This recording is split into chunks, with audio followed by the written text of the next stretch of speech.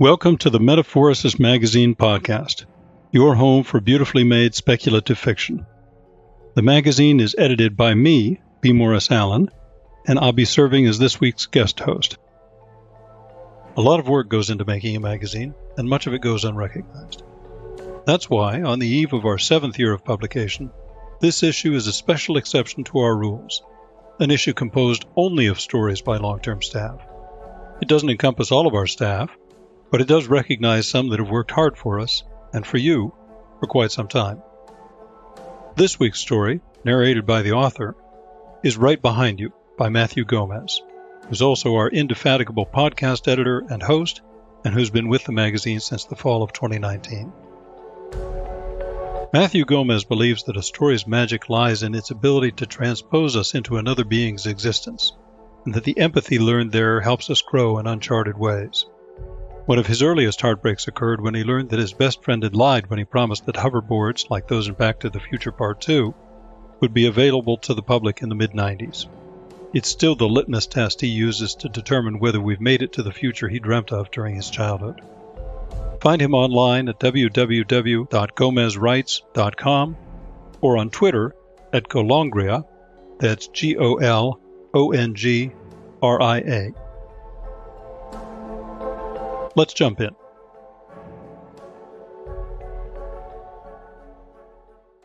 Surface. Carlos sat in the grav lift, the orange light of sodium lamps pushing through his closed eyelids. He imagined the light was a sunrise back home in El Salvador, and that he was sitting next to his wife and daughter at their kitchen table. He smelled fried plantains and charred pupusas instead of the stale air recirculating through his exosuit. With concentration, he could reach out and run his fingers through his wife's hair, put his hand on his daughter's tiny shoulder, a memory he cherished, one he didn't mind reliving again and again. He savored the illusion until his new partner settled into the grav lift bench opposite him, and Carlos's comms filled with the familiar, incessant crackle of a Geiger counter. At ground level, the device emitted the quiet static of a radio losing reception. As the grav lift surged downward, carrying Carlos and his partner deeper into the hot zone, the Geiger counter's crackle grew. The orange glow of the lights strobed as the cart picked up speed, and Carlos's imagination faltered. He was no longer in El Salvador, but heading for the reactor meltdown the cart carried them toward. Once touted as the answer to North America's energy crisis, the underground reactor had been built close enough to the Pacific to pipe in water for cooling, but far enough underground it would be sequestered from any natural disasters that might disturb its cores. In the unlikely event that something went wrong, its builders promised, the reactors would stay safe. The promise had held for 6 months. During the first seismic rumblings of the Great Quakes, managers at the reactors smiled and congratulated themselves on the facility's safety. When those rumblings grew into earth-shattering quakes, cracking the ground open like the surface of a dried lake bed, the whole Western Hemisphere risked radioactive poisoning. It was why Carlos and hundreds of other immigrant workers just like him now found themselves tunneling through a mountain of underground rock to install a containment barrier. "You drill where we say, and we plug up the holes," a board engineer had said to Carlos during orientation nearly 2 years ago. "Do what we say and you'll stay safe. Before you know it, you'll be holding a green card and can put all this behind you." Carlos, yanked from his memory of home by the Geiger counter's hissing crackle, opened his eyes in annoyance. "Turn that fucking thing off," he said in Spanish, looking through the dense glass of his visor into the brown eyes of his young partner. The kid obediently moved his hand to his wrist console, but he paused. Sweat beaded on his forehead, his eyes wide with nerves like a rabbit surveying the sky over an open field. "The foreman told us to leave it on," he responded, his accent familiar. "Said it's a safety regulation?"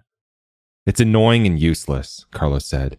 "We're descending toward a nuclear meltdown. There's radiation. Lots of it. Now turn it off." The Geiger counters were one of many supposed safety protocols meant to protect the workers. They were there for show, just like the air circulators, bulky med kits, and alarms conspicuously placed in the tunnels below. If a collapse occurred or the reactor faced some unexpected explosion, none of it would save the workers. The only equipment that mattered was the exosuits Carlos and his partner wore. With hydraulic joints, embedded lead plating, and powerful filters, they were the only thing separating the workers from the radioactive air in the tunnels. The kid obeyed and turned off his Geiger counter. The crackle playing through Carlos's comms was replaced by the kid's rapid, shallow breathing and the whir of air rushing past their bulky exosuits. The sound reminded Carlos of the swelling panic he'd felt his first time down. The orange lamps had illuminated the tunnel ahead, but it might as well have been a black hole, drawing him toward inevitable doom. Only time and repetition made things easier, but those first dozen trips down were hell. Carlos didn't feel bad about putting the kid in his place, but he needed to play nice for now, or his plan would fall apart before it really got started. "We're going to be fine," Carlos said, working to subdue the grit in his voice. "I know it's your first time down, but I've done it hundreds of times. We'll be back surface side before you know it." "It doesn't seem worth it," the kid said, his voice cracking. "I shouldn't have come." Carlos shook his head. As dangerous as the excavation work was, it was worth it. Signing up had bought him and his family temporary U.S. citizenship, with the promise of full citizenship after he completed his contract. His wife and daughter were in family housing 1,500 miles away in Texas, safe from the violent gangs that had run them out of El Salvador. Carlos had gladly traded the risks of the excavation for the extortion he faced back home. Anything to protect his family. "Do what I say and you'll be fine," Carlos grunted. He hoped the confidence in his voice was enough to mask his intentions, mask the plan he'd set in motion when he selected the kid as his partner. After so many trips down, the rebreather on Carlos's exosuit was beginning to fail, which was a death sentence for someone that spent the bulk of each day in the subterranean tunnels over a radioactive meltdown.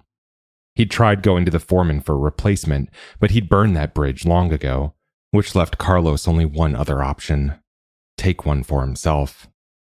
Finding the kid, his mark, had been easy. At the first sign of his rebreather filter failing, Carlos had started hanging around the shuttle drop-off at the main gate of the workers' camp. Every evening, he'd watch new recruits spill out of their gleaming metal shuttles, looking for the crown tattoo that would ease his conscience. He didn't need to know anything else about his victim. The mark of the gang that had driven him here was enough. Carlos's whole body had trembled when he saw the kid emerge from the shuttle, the crown tattoo on his forehead peeking out from behind black bangs. He was younger than Carlos had hoped for, but the boy's hard expression conveyed the exact violence Carlos had run from. The kid was young, but that didn't make him innocent. Carlos's wrist console beeped a warning about his rebreather filter as the grav lift continued its descent, and he slapped it quiet with a gloved hand. "What was that?" the kid asked. "Your accent sounds familiar," Carlos responded, ignoring the question. "Salvadoran?" The kid looked up, his tense expression easing. "Guatemalan." "What's your name?" "Miguel," the kid mumbled. "I'm Carlos. We're going to be fine, just breathe." "You've really been down hundreds of times?" Miguel asked. "It'll be 2 years in a few weeks, and I'll be finished." "Guess you know what you're doing." Carlos nodded. Playing nice with the kid took more restraint than he had expected. For the first time since Carlos had spotted Miguel, they were close enough that Carlos could reach out, wrap his reinforced fingers around Miguel's throat until his body went limp, and strip his suit of its new rebreather filter, all before they reached the bottom of the grav lift track. But then he'd be left with a body and no way to get rid of the evidence. That wouldn't do. If he were caught, his shot at citizenship would disintegrate. So instead, he clenched his jaw, gripped the edge of the cart to steady his trembling hands, and focused on the gentle sway of the grav lift, ruminating on the real work ahead of him.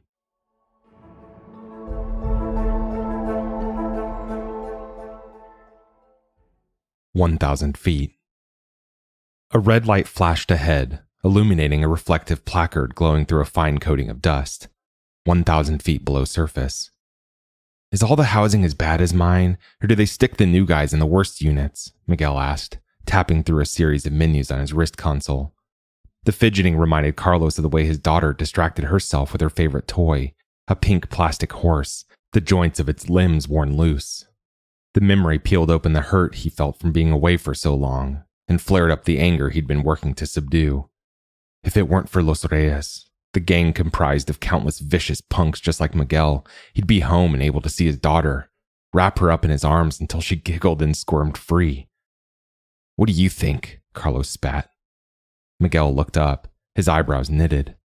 "Sorry, just wondering." "Play nice," Carlos reminded himself, a sigh creeping past his lips. "They're all shitholes.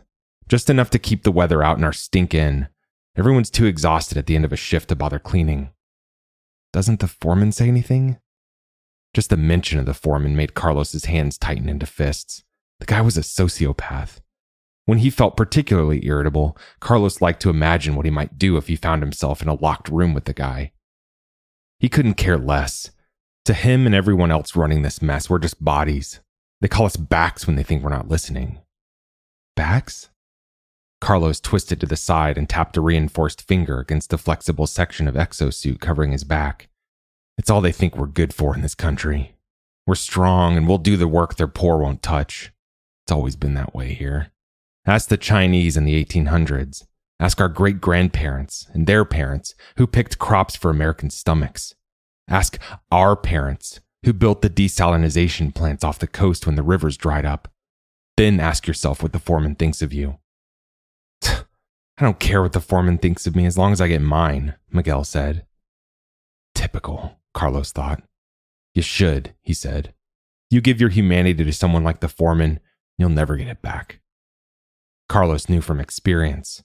Soon after he'd started, he'd gone to the foreman to complain about a number of broken safety regulations he'd witnessed. Tunnelers like himself working without scanners to get more done in less time, and areas not being cordoned off properly during excavations, to name just a couple. The foreman made it clear that results were all that mattered. "If you're that upset about how I'm running things here, you can go back to your shithole country," the foreman had said. The auto-translator box on the foreman's desk leached the venom from his tone as it spat out the words in a monotone Spanish, but Carlos got the point. "No one's forcing you to stay here. Last thing I need is another back that doesn't know how to keep his fucking mouth shut." Back then, Carlos had thought the foreman had to be an anomaly. Not everyone could be so careless about regulations, not with so many lives at risk. So he waited, keeping a tally of the broken safety measures until he could tell someone who would actually listen. He'd found his chance at the end of a shift in the tunnels when he ran across a group of officials wrapping up one of their regular inspections. They were gathered at the equipment checkout stands and stood out like black flies in a bowl of crema. Their gloved fingers were too clean and their postures too upright. The heaviest thing they'd lifted that day were the tablets they scribbled on as they moved through the hot zone. Carlos had walked up, tapped one on the shoulder, and begun his speech he'd been running through his head since his conversation with the foreman. The officials translated Carlos's statement with their tablets, nodding along as he spoke. When he finished, he noticed one of the officials shaking his head and chuckling to himself. Carlos couldn't figure out why. And it wasn't until he woke up the next morning being shaken awake by the foreman that he understood. The officials hadn't taken their findings to any regulators at higher offices of government. They'd taken it straight to the foreman. Carlos could still remember the expression on the foreman's face as he leaned over him, his face blood red. Without an auto-translator, Carlos didn't understand what the foreman was muttering, but he knew it wasn't good. The foreman didn't yell, which made the even cadence of his words even more terrifying. Carlos had hoped the foreman might eventually forget, but that was wishful thinking at best. Willful ignorance at worst. The foreman's ability to hold a grudge had proved stronger than Carlos expected, and he regretted ever thinking he could make a difference. "It's worth it, though," Miguel said, snapping Carlos back to the present. Land of opportunity and all. The kid's optimism was an annoying reminder of how Carlos had felt when he'd signed on. Carlos scoffed. It better be. Suddenly, he was the one breathing hard. "You seem too smart for this." The compliment caught Carlos off guard. He liked it better when the kid fit the gangster image Carlos had crafted in his head. He shifted uncomfortably in the cart. "I studied history back home. Wanted to be a teacher." "Why this, then?" Carlos clenched his jaw, replaying for the 1,000th time in his head his final interaction with Los Reyes, the reason he'd fled with his wife and daughter to the United States. There weren't any other options. It was that bad in El Salvador? "We're going almost 2 miles underground to excavate tunnels above a nuclear meltdown." "Yeah, it was really bad." Miguel nodded. You know that tattoo won't do you any favors if you live long enough to get citizenship, Carlos said before the kid could ask another stupid question. Miguel reached up, putting a gloved hand against the lead glass of his visor, his fingers massaging the spot directly over the crown. For the first time since he'd sat across from Carlos, Miguel seemed to run out of things to say. Carlos's wrist console beeped, and he slapped it silent once more. Something wrong with your suit? Miguel asked, dropping his hand to his lap. It's fine, Carlos lied. He'd gone to the foreman for a replacement a month ago, but as Carlos was explaining the problems with his suit, the foreman lifted a hand to silence him, took a deep breath, then leaned in close to the auto-translator.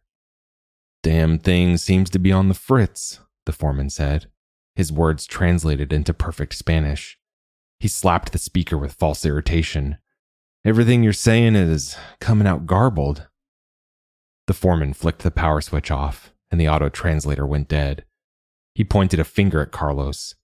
With the auto-translator off, Carlos didn't understand what the foreman said next, but the expression he wore, the sweat beading on his red face, was enough to let Carlos know he wasn't getting a new rebreather filter. Every breath since then felt borrowed, another grain of sand dropping from the dwindling top of an hourglass. He kicked at the silk-covered bottom of the grav lift and wondered how much radioactive dust he'd inhale when his rebreather finally stopped working. He wondered how long he'd live afterward. He wondered if he'd live long enough to see his family again if it came to that. The exosuit suddenly felt too small, too cramped, and Carlos's pulse throbbed in his neck. A shiver ran down his back, and he grew lightheaded as anxiety surged its way through his body. Holding his breath, Carlos looked up, afraid Miguel might have sensed something odd about the sudden silence. Miguel was fiddling with the console on his wrist, the light from its panel illuminating the rebreather filter jutting from his chest, the one containing a fresh set of filters. Carlos's eyes locked onto the rebreather. Only then did his shoulders relax, and the painful knot in his chest begin to loosen.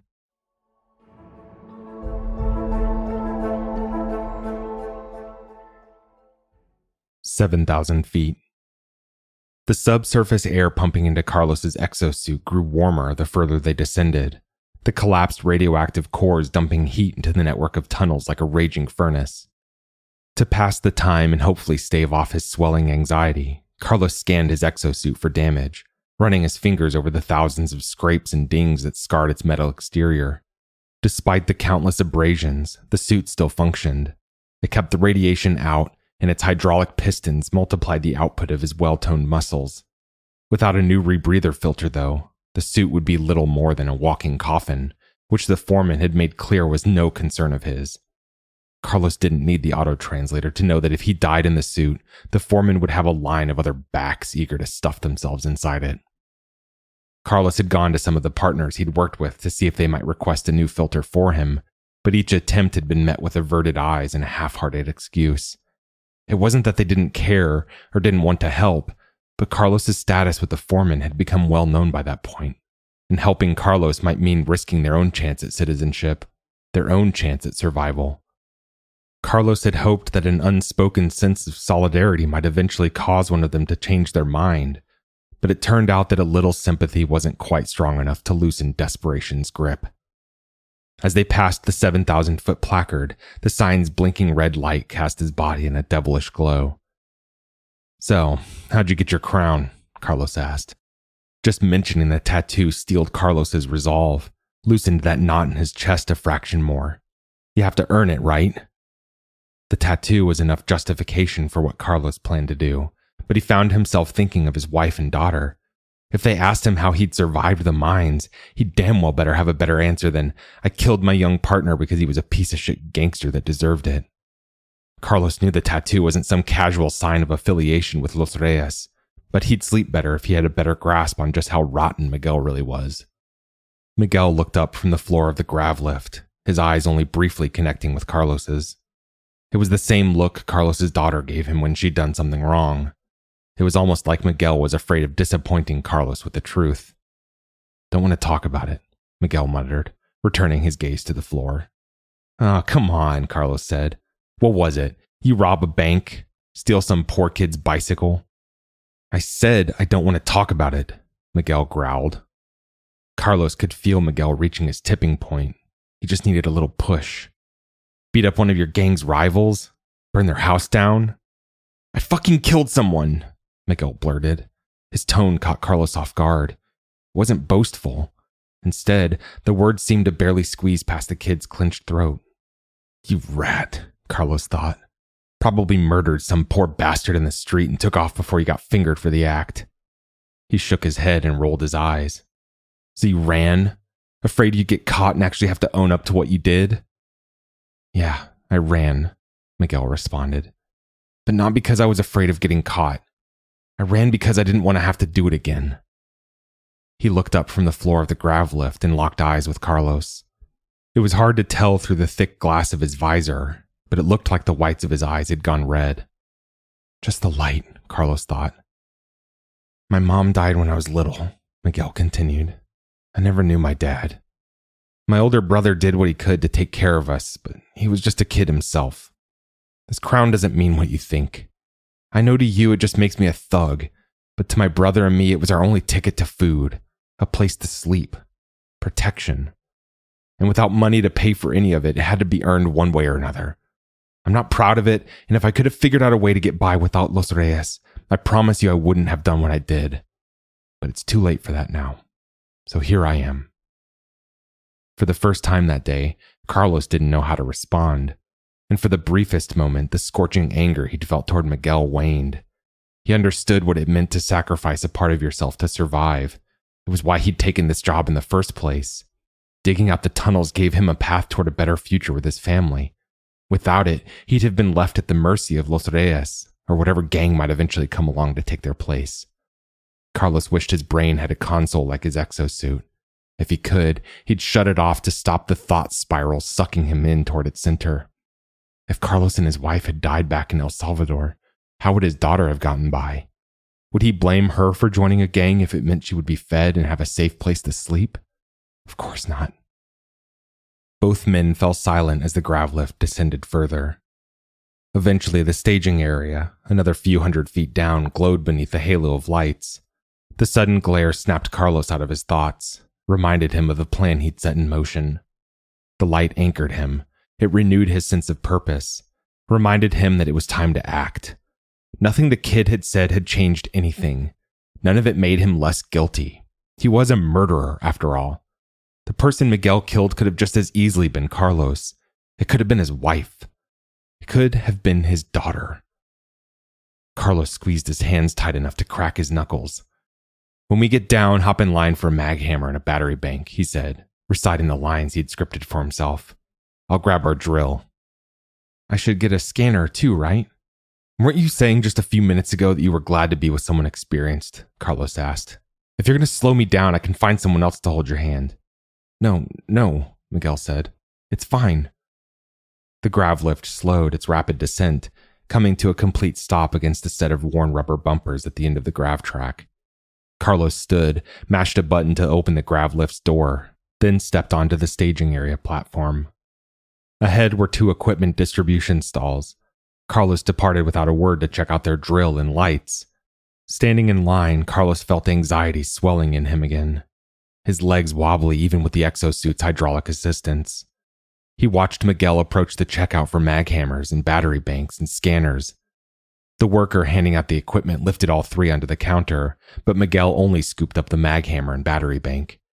As he turned toward Carlos, the distribution worker called out, holding up the scanner. Please, Carlos thought, leave it. Miguel shook his head at the worker and turned back toward Carlos. The worker shrugged and replaced the scanner on the rack behind him. Carlos let out the breath he'd been holding, and he nodded at Miguel. We're in tunnel 67C, Carlos said as Miguel approached. We'll take the elevator down the last few hundred feet, then get to work. Carlos signed for a drill and a pair of high-output LED lamps, and they set off toward a wide elevator platform that would carry them toward a spider web of connected tunnels that spread over the fractured reactor cores below. Guess the real work is about to start, Miguel said as he and Carlos stepped off the elevator and walked down a dimly lit feeder tunnel toward 67C. Carlos looked down at his wrist console, the screen red with its relentless warning. You could say that, he replied. Miguel's murder confession bubbled back into his thoughts, and the familiar anger Carlos felt toward Los Reyes simmered once more to life.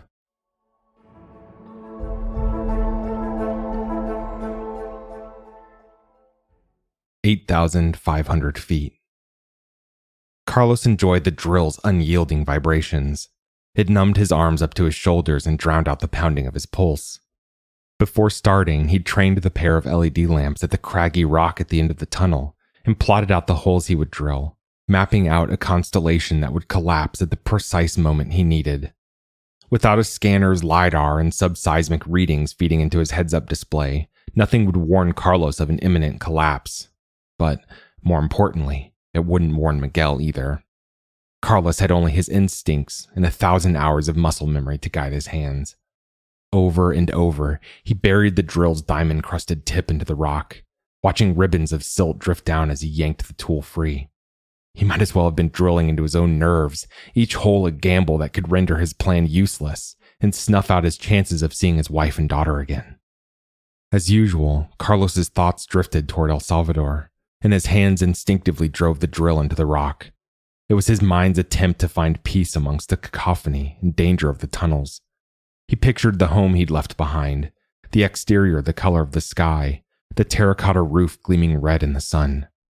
What should have been a happy memory always led to the same chain reaction of images. He saw the exterior of the home, then the front door, slightly ajar. Next, he was striding inside, his heartbeat accelerating, then turning the corner. There, 2 men stood in his kitchen, guns pointed at his wife and daughter. Los Reyes. The kings. Even with his eyes focused on the wall of rock ahead of him as he drilled, Carlos could see the crowns tattooed on the men's foreheads in perfect crystalline detail. He could see the way one of the crowns lifted as the leader of the pair, a rail-thin man with pockmarked skin and bulging veins, conveyed a final warning.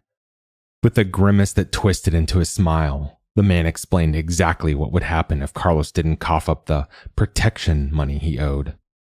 "Bang," he'd said, the gun aimed at Carlos's wife, his hand jerking back with an imaginary recoil. Then he pivoted the gun toward Carlos's daughter. Bang, and another imaginary recoil. Carlos normally dreaded the memory's inevitable turn, but this time he welcomed it. In the familiar way it strengthened his resolve and numbed his fears. Carlos yanked the drill free of the wall and spun to face Miguel, the crown on his forehead lit with the blue glow of his exosuit's HUD lights. "You're up," Carlos said, sweat cascading down his forehead and soaking into the undershirt he wore beneath his Tyvek coveralls. He shoved the drill against Miguel's chest hard enough to scratch the pristine paint coating the kid's refurbished exosuit. Miguel got that same rabbit in an open field look on his face, but he traded the mag hammer he'd been holding for the drill without question. Carlos pointed at the small section of wall he'd left untouched. "Start here and stay within this area." He traced a square against the rock with his finger. "I'll make sure you're good. When you finish, we'll mag hammer the shit out of the wall and be that much closer to calling it a day." Miguel nodded, lifted the drill, and leaned into the rock with the full force of his exosuit. With Miguel distracted, Carlos aimed the mag hammer at the ribbed material covering Miguel's neck. "It'll be over quickly," he told himself. "Painless." He rested his thumb next to the mag hammer's trigger, its chiseled tip poised to pierce the soft, unexpecting flesh of his young partner. One twitch of his finger, and Carlos could steal the kid's rebreather and bury the evidence beneath this small mountain of rock. That god-awful memory of his daughter sitting at the kitchen table with a gun pointed at her head, her pink toy horse in her lap, played once more in his mind. He sucked in a breath and moved his finger over the trigger, but a sound rang out before he smashed it down. Miguel was laughing. The sound made Carlos hesitate, and instead of pressing the mag hammer's trigger, he froze. Miguel yanked the drill free and turned around suddenly. A smile spread across his face. "My brother would love this thing," he said. Carlos dropped the mag hammer to his side. "Your brother?" he asked, stumbling over the words as he feigned an inspection of the mag hammer. "Yeah, man," Miguel said. "He got a job doing construction a few months before I left. I thought it sounded horrible, but he said he loved the chaos of the work sites. Something about the way he and the other workers could take a bare patch of earth and create something new. He returned his attention to the wall and resumed drilling. "Why is he not here with you then?" Carlos asked, hoping to keep Miguel distracted. "Preferred the company of Los Reyes back at home?" Miguel ripped the drill out of the wall, the rock groaning with sudden movement. "Fuck Los Reyes," Miguel said, slamming an armored forearm against the tunnel wall. Another groan emanated from the rock, and Carlos instinctively took a step back, moving Miguel out of reach of the maghammer's tip. "Me and my brother would be here together if it weren't for them," Miguel said through clenched teeth. "Here we may just be backs, but back home people like me are knives. We're weapons, used up until we're dull." His voice cracked. "Or broken." He turned once more toward Carlos and stared at him, his visor fogged with heated breaths. Through 2 layers of leaded glass, Carlos inspected Miguel's face. Maybe it was the fogged visor, but the crown on his forehead looked less like ink and more like a brand, a keloid scar marking Miguel's loyalty, willing or not. The rock overhead released a cloud of silt, and the walls of the tunnel groaned, this time loud enough for Miguel to notice. "That doesn't sound good," he muttered. Pebbles raining on his shoulders, Carlos dropped the maghammer, grabbed Miguel's exosuit, and yanked. He and the kid stumbled backward as the rock overhead collapsed with a thunderous shudder. Dust and debris blasted outward, ricocheting off Carlos's suit and smothering the yellow light of the lamps Carlos had set up. "My God!" Miguel screamed, his legs buried beneath the massive rock and 1,000 crumbling stones. Carlos scrambled to his feet and saw Miguel through the blanketing dust. The red warning light on Carlos's wrist blinked, strobing the walls in crimson. Dust from the collapse plugged the last working portions of his rebreather filter, leaving Carlos only the stale air that remained in his suit. "Help!" Miguel screamed, his voice rattling the speakers in Carlos's helmet. "I can't move! My legs, man! My fucking legs are stuck!"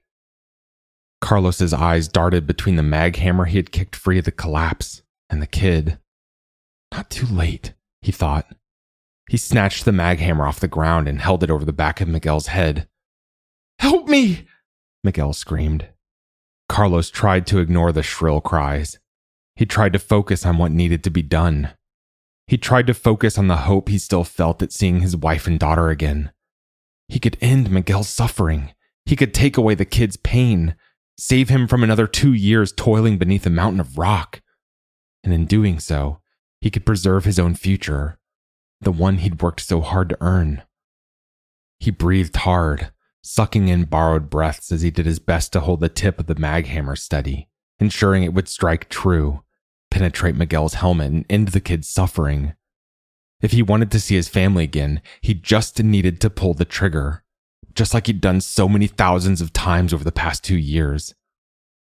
But as he worked up the courage to act, that same image of El Salvador crept into his mind.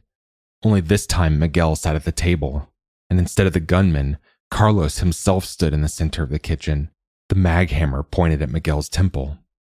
"Fuck!" Carlos screamed, the residual air in his suit thinning. It was all he could say. Torn between self-preservation and becoming the very thing he'd been running from, he froze, unable to act.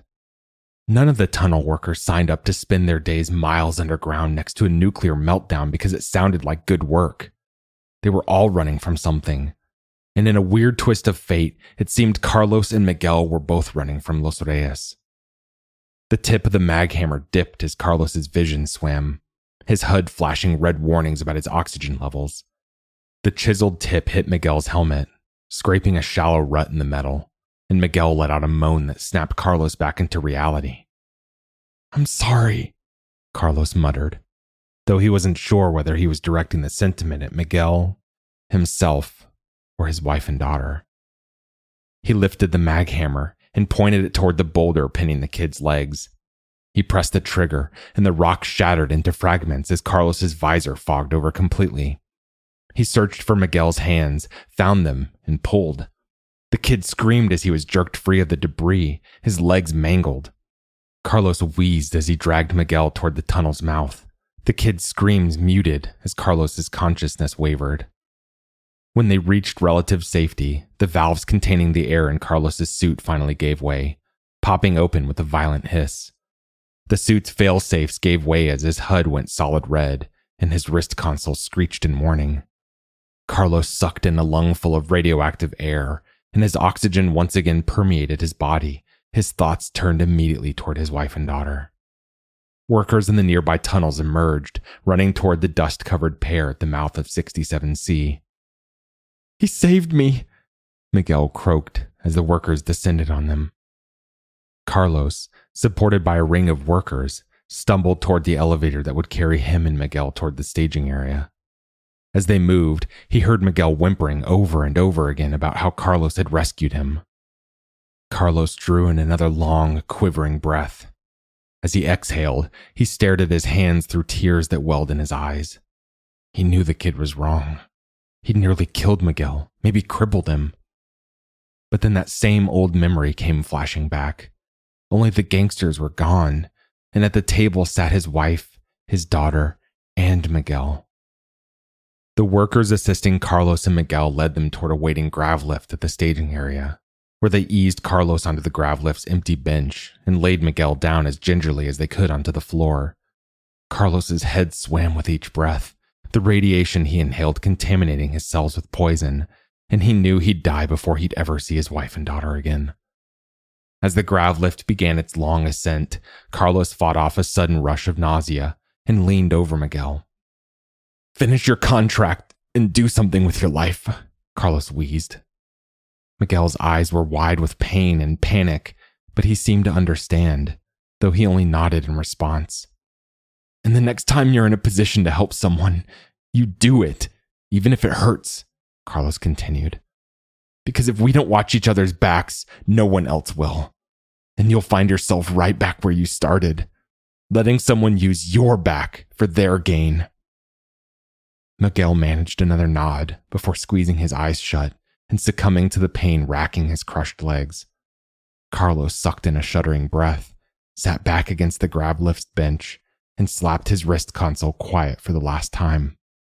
He focused on his breathing, and once more the sodium lamps became the sunrise cresting over the hills, and the air rushing past his exosuit became a breeze through his kitchen window. That was Right Behind You by Matthew Gomez. Thank you for listening. If you enjoyed this episode, we'd love it if you'd leave us a 5-star review on Apple Podcasts, or, better yet, share the magazine and podcast with a friend. If you'd like to listen to more speculative fiction, visit us online at magazine.metaphorosis.com or on Twitter at MetaphorosisMag.